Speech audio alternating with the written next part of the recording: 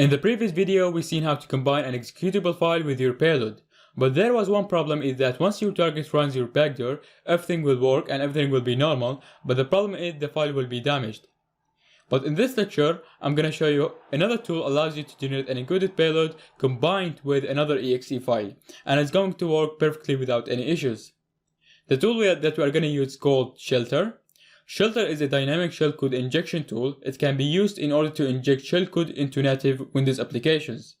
So first I'm gonna show you how to download and install Shelter on your Kali machine. Then I'm gonna show you how to use it. Okay, so the first thing I'm gonna do is I'm gonna download Shelter tool on my Kali NX. So I will download this from the official website, and I will put the link in the resources list. So shellproject.com. Then I will download it from here. I will click on Shelter VI, save, okay, and I will close my browser. Let me open download folder. Then I'm gonna extract Shelter, and I'm gonna drag it and drop it on my desktop. Here is it, and I'm gonna close this window.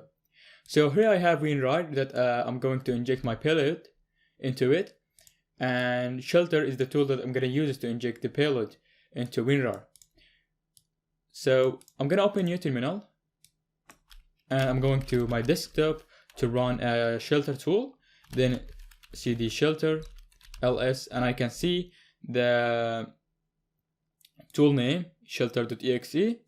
I'm gonna run it using wine tool because it's an exe, or it ends with exe extension, so I have to run it using wine tool.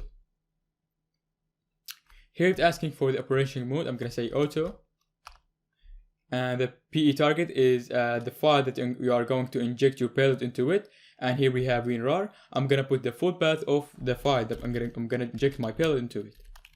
So it's in my root desktop wrar 540.exe, enter. Then I'm gonna wait a little bit.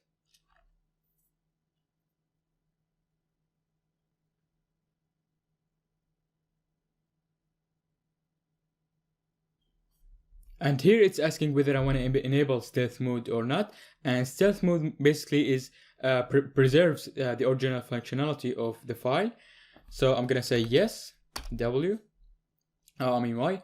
Then it's asking for whether I want to use it from the listed payload or custom one. I'm gonna say listed by typing L, and I'm gonna select number 1, Metropolitan Reverse TCP. I'm gonna press enter. Then I'm gonna put my Kali NX IP address, then the L port 8080. Then I'm gonna wait a little bit. And as you can see, we have successfully injected our payload into WinRAR program. I'm gonna test it right now, but before I do that, we must set a listener to listen for the incoming connections. So I'm gonna say MSF console.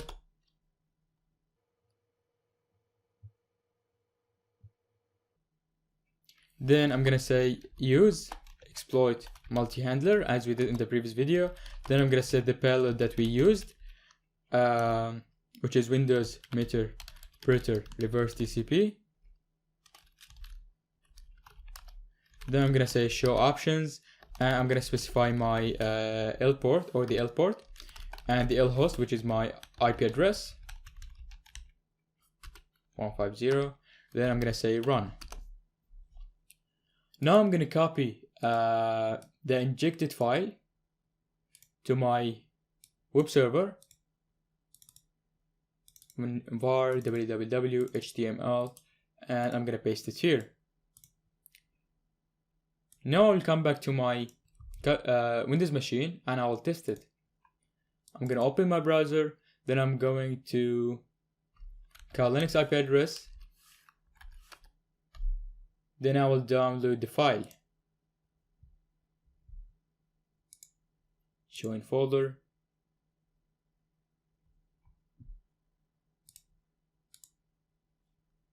And here is it.